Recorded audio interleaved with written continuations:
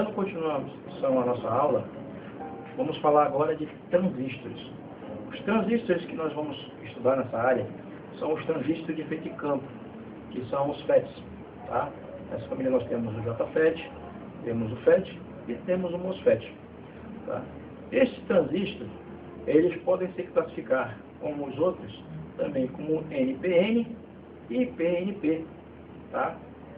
O mais comum de se encontrar é o PNP, pelo tipo de dopagem que ele recebe, que é muito mais fácil de fazer, tornando-o mais barato. Tá? Mas também existem casos de a gente encontrar transistores NPN. Tá? Como você vai ver aqui no caso, vocês vão ver que os transistores indutores de campo, eles aparecem de uma maneira um pouco diferente dos transistores normais. Ele aparece com a seta, uma espécie de mesa, tá? Onde vai ter a saída e a entrada, tá? E um círculo em volta mostrando o desenho da blindagem. Tá? Os transistores de efeito de campo, que são os FETs, eles podem se apresentar de várias maneiras, com a blindagem metálica, a encapsulamento plástico, cerâmico, tá? E de várias maneiras ele é utilizado na eletrônica, tá? Mas ele é muito comum de se encontrar na placa do notebook. Por quê? Porque o que ele vai fazer? Ele vai fazer uma indutância de campo para fazer a alimentação de alguns componentes, tá? Esses transistores, eles trabalham em conjunto para fazer chaveamento de entrada de alimentação da fonte da memória, fonte de alimentação da memória, da fonte de alimentação do processador, que são muitas alimentações diferentes para um só componente, para a fonte de alimentação da BJA e de todos os outros circuitos da placa-mãe. Tá? Nem sempre se apresenta no invólucro comum que você conhece, que é aquele de 3 perninhas. Tá? Ele pode se apresentar também com um formato muito parecido com um CI.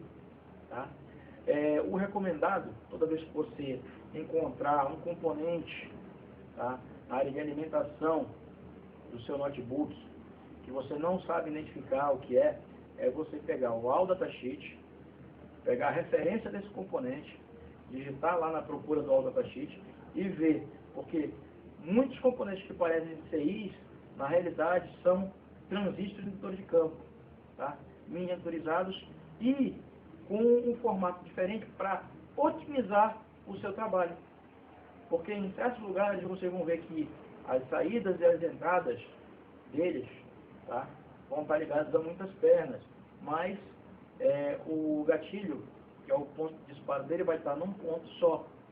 Tá? Por quê? Porque muitas vezes esses transistores alimentam vários pontos diferentes da placa, tá? E eles ficam individualizados. Outras vezes não. Tá? Mas para vocês terem uma noção de como ele funciona, você vai entrar no ALL datasheet. Eu vou mostrar para você daqui a pouco como é que a gente faz a procura. Você vai pegar o datasheet do componente. Perceba bem que não é esquema elétrico da placa. É o datasheet do componente. Tá? E de posse desse datasheet, você vai ver a estrutura lógica do componente. Tá? Você vai comparar com a estrutura física do componente. E com esse datasheet na mão, você vai medir o ponto de entrada, o ponto de saída e o gatilho, tanto com ele na placa, no notebook, como com ele fora da placa. Tá? A gente vai passar a fazer isso a partir de agora e mostrar para você. Tudo bem?